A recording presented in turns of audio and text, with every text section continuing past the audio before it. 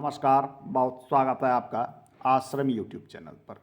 आज के अंक में हम कुछ विशिष्ट चिन्हों की बात करेंगे। ये ऐसे चिन्ह जो सभी लोगों के हथेली में नहीं मिलते हैं, ऐसे विशिष्ट चिन्ह। ऐसे हम जानते हैं कि हमारी हथेली में 3 रेखाएं प्रमुख रूप से सबों को होती है। एक आयु रेखा, ये मस्तिष्क रेखा और ये हृदय रेखा।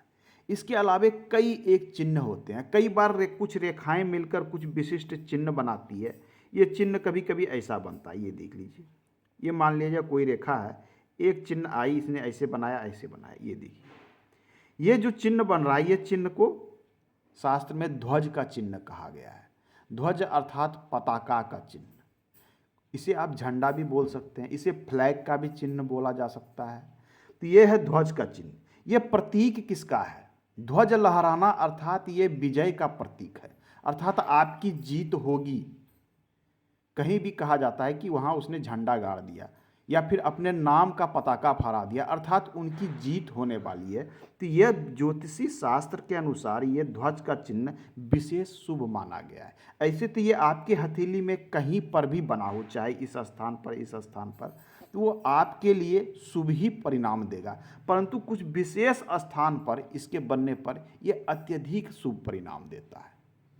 अब मान लिया जाए इसका फॉर्मेशन आपके गुरु पर्वत पर हो रहा है। ये गुरु पर्वत है और इस क्षेत्र में ये ध्वज का निर्माण आपके हथेली में हो रहा है। तो मान लीजिए कुछ इस प्रकार से एक रेखा आपके हथेली में थी और इस पे एक रेखा इधर से आई और दूसरी रेखा ने इस प्रकार से फॉर्मेशन कर दिया।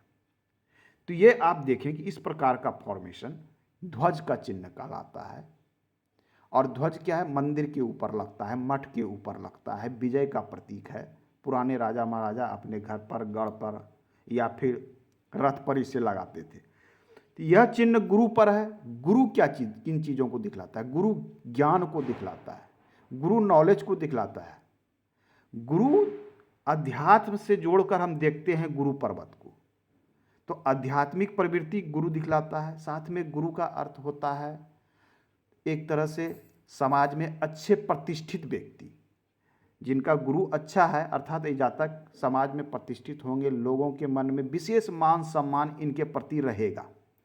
अब है कि ये फ्लैग बन गया, ये ध्वज बन गया, अर्थात ये इसके गुण को बढ़ाएगा। गुरु जो है समाज को मार्गदर्शन करने वाले होते हैं, लोगों का अग्रतर के रूप में कार्य करते हैं। लोग इनसे पूछकर, इनसे समझ के, लोगों को लगता है कि ऐसे व्यक्ति विशिष्ट हैं। अब ये ध्वज बता रहा है कि आपका विजय इस क्षेत्र में होने वाला है गुरु से रिलेटेड, अर्थात ऐसे लोग बड़े ज्ञानी हो सकते हैं। ज्ञान का क्षेत्र हो सकता है कि आध्यात्मिक प्रवृत्ति के हों, तो बहुत बड़े ज्ञानी योगी हो सकते हैं, किसी मठ के मठाधीश हो सकते हैं, अच्छे कथाकार हो सकते हैं। तो इन सब चीज़ों में, या बहुत बड़े पुजारी हो सकते हैं, ये सब चीज़ों को दिखलाता है। यदि ये राजनीति के क्षेत्र में है तो राजनीति के क्षेत्र में ये बड़े स्तर पर ऐसे व्यक्ति हो सकते हैं। शिक्षा के क्षेत्र में हो तो ऐसे व्यक्ति आपको बड़े शिक्षाविद मिल सकते हैं, अच्छे प्राचार्य मिल सकते हैं, प्रोफेसर हो सकते हैं, कॉलेज में हो सकते हैं।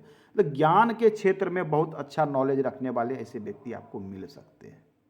गुरु महत्वाकांक्षा को दिखलाता है, अर्थात ऐसे व्यक्ति की इच्छा और महत्वाकांक्षा काफ़ी बढ़ी हुई रहती है और यह चिन्ह बताता है कि आप अपने महत्वाकांक्षा पर विजय करेंगे, अर्थात आपकी जो इच्छाएं हैं वो चीज़ें आपको जीवन में अवश्य प्राप्त होगी।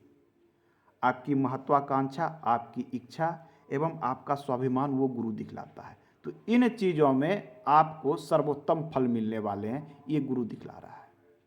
राजनीति का क्षेत्र हो, यहाँ वह सर्वोत्तम फल देगा। आध्यात्म का क्षेत्र हो, यहाँ सर्वोत्तम, एजुकेशन का हो, ज्ञान का हो, ये इन सभी फील्ड में ये आपको विजय दिलाने वाला है। अब है कि कभी कभी ये दूषित आपको मिलता है। दूषित कहने का अर्थ होता है कि यदि कोई रेखा इसे काट रही हो तो इसके परिणाम जो होते हैं, शुभ परिणाम, वो काफ़ी कम हो जाते हैं। तो आपको हमेशा ये देखना चाहिए कि यदि ये स्वतंत्र रूप से बन रहा है तो इसके शुभ परिणाम आपको अत्यधिक मिलने वाले हैं। साथ में ये देखना है कि गुरु पर्वत की स्थिति यदि शुभ हो तो इसके परिणाम आपको 100% मिलेंगे। गुरु की फिंगर्स यदि अच्छी अवस्था में हो, सीधी हो, स्ट्रेट हो, तो इसके परिणाम शुभ मिलेंगे, 100% मिलेंगे। दूसरा है कि हो सकता है कि यह ध्वज का चिन्ह आपका शुक्र क्षेत्र पर हो। ये शुक्र का क्षेत्र है और आपके शुक्र क्षेत्र पर यह ध्वज का चिन्ह बन रहा है। तो शुक्र कारक क्या है? शुक्र सुंदरता का कारक है। शुक्र को भोग विलास से जोड़कर देखा जाता है। शुक्र का अर्थ होता है भौतिक सुख सुविधा, अर्थात आपको जीवन में जो सुख सुविधाएं प्राप्त होगी वो शुक्र देता है। शुक्र को नृत्य, संगीत, अभिनय, गायन वादन से भी जोड़कर देखा जाता है, अर्थात ऐसे व्यक्ति नृत्य संगीत के क्षेत्र में बहुत बड़े कलाकार हो सकते हैं, नृत्य में हो सकते हैं, संगीत में बड़े संगीतज्ञ हो सकते हैं, या अभिनय के क्षेत्र में बड़े नाम करने वाले ऐसे हो सकते हैं, क्योंकि ये क्या है? विजय का प्रतीक है। अब शुक्र पर बन रहा है तो शुक्र से संबंधित चीज़ों में आपको विजय दिलाएगा ये।